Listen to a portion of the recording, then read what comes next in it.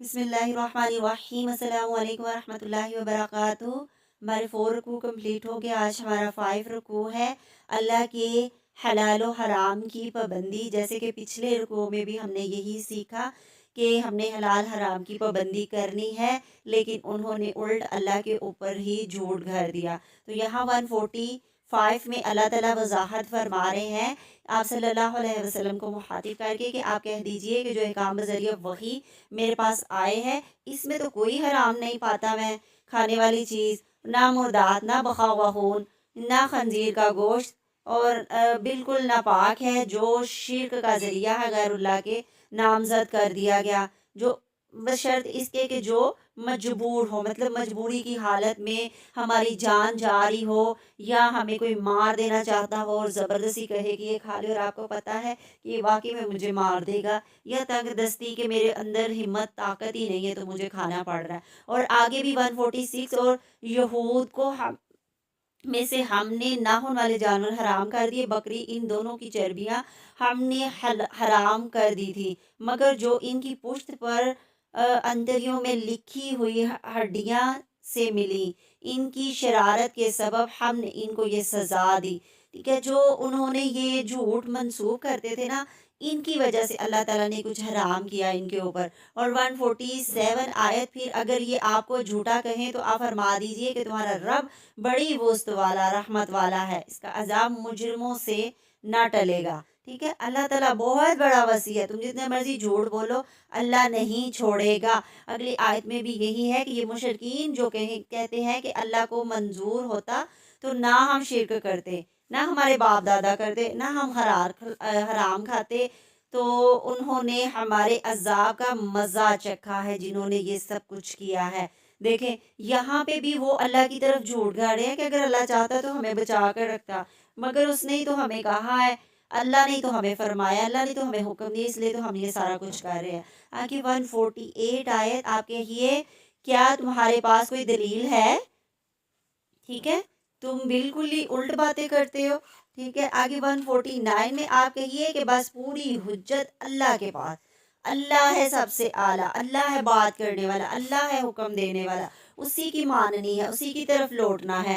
115 आयात में भी अपने गवाहों को लाओ, इस बात पर शहादत दे कि अल्लाह ने इन चीज़ों को हराम कर दिया है, फिर अगर वो गवाही दे दे तो आप इसकी शहादत ना दीजिए। ठीक है, मतलब झूठे लोग हैं वो झूठी गवाही भी दे सकते हैं। जो आयात की तकज़ीब करते हैं, वो जो आखिरत पर ईमान नहीं रखते, रज़ा इलाही पाने वालों के रवैये देख लेते हैं। झूठी गवाही ना देना, ख्वाहिशात की पैरवी ना करना, अल्लाह की नाफरमानी ना करना, सच्ची दलील के सामने झुक जाना, सरकशी ना करना, क्यास आराइयाँ ना करना। ठीक है, तो यहाँ पर उन्होंने जितना भी जोड़ गढ़ा उन्होंने अल्लाह की तरफ, और वही उसी बात को वाज़ह किया जा रहा है कि वो जो कहते हैं कि ये जो हराम आप कर रहे हैं ना, हमारे लिए अल्लाह ने हलाल किया है, ये तो हम खाएंगे, वो मुर्दात भी खाते। और पिछले रुकू में आपने ये सारा सीखा, तो अल्लाह ताला भी यहाँ पे दलील फरमा रहे हैं कि दलील लाओ, इनको बोलो कि दलील लेकर आए तो कसम खाएं, और अगर ये कसम खा लेते हैं तो तुम इनकी कसम पर यकीन ना करो, क्योंकि झूठे लोग अक्सर ही झूठी कसम खा लेते हैं। वो अपने आप को सच्चा साबित करने के लिए किसी भी हद तक जा सकते हैं। तो जो ये करते हैं वो क्या है?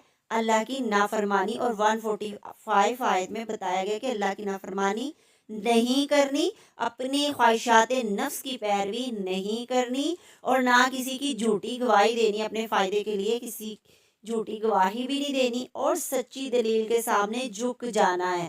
ठीक है, सच्ची दलील कोई ले आए तो तुम चुप कर जाओ और हार मान लो। ठीक है, और सरकशी नहीं करनी, मतलब हद से नहीं बढ़ना।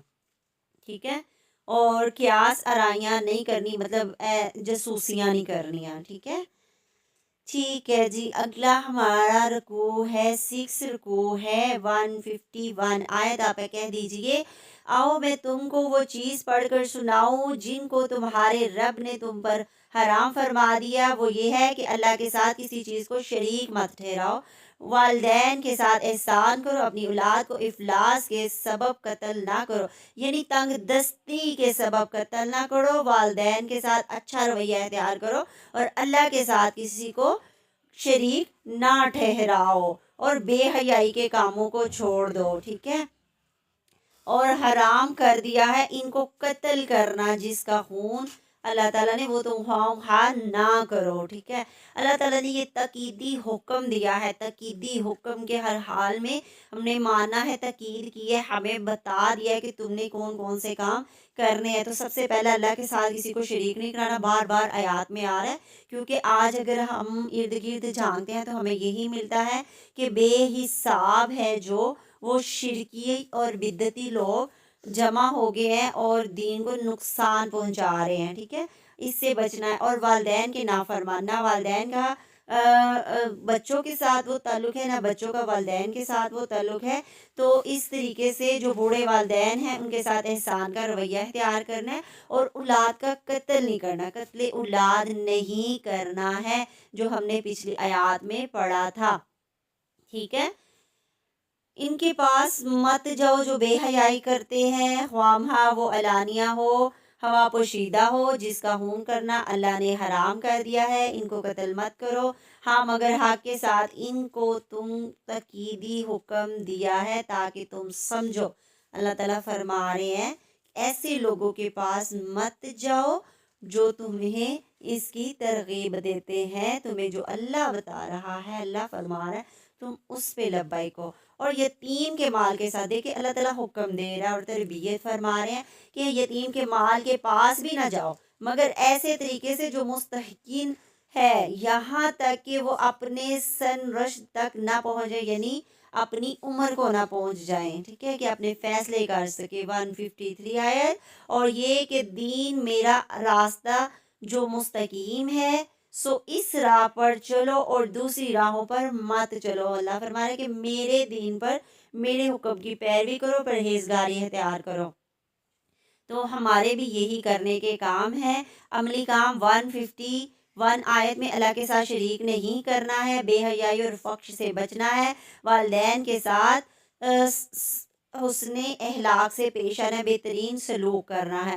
یہ آپ نے بھی عملی کام کی اسائنمنٹ لکھنی ہے اور تیار کرنی ہے۔ 151 میں سے اللہ کے ساتھ کسی کو شریک نہیں ٹھہرانا، بے حیائی اور فحش سے بچنا ہے، والدین کے ساتھ بہترین سلوک کرنا ہے، ٹھیک ہے۔ یہ کون سے کام ہیں؟ عمل۔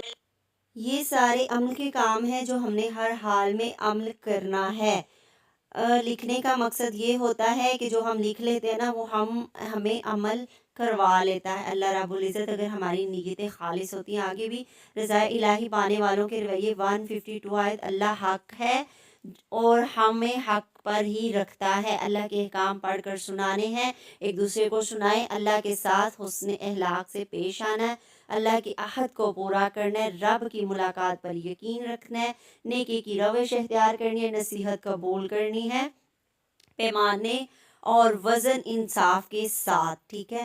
ہمارے یہ سارے کرنے کے کام تھے، جس کو کہا جاتا ہے عملی کام تھے، کرنے کے کام تھے، عملی کام تھے۔ اس میں سے اہم پوائنٹ کو آپ رضا الہی پانے والوں کے جو رویے ہیں، ہر رکوع کے لاسٹ پہ لازمی لکھا کریں، تاکہ اللہ تعالیٰ میری اور آپ کی رعایت فرمائے۔ یہی کرنے کے کام ہیں، جب ہم لکھ لیتے ہیں تو وہ گواہی میں آ جاتے ہیں، ٹھیک ہے۔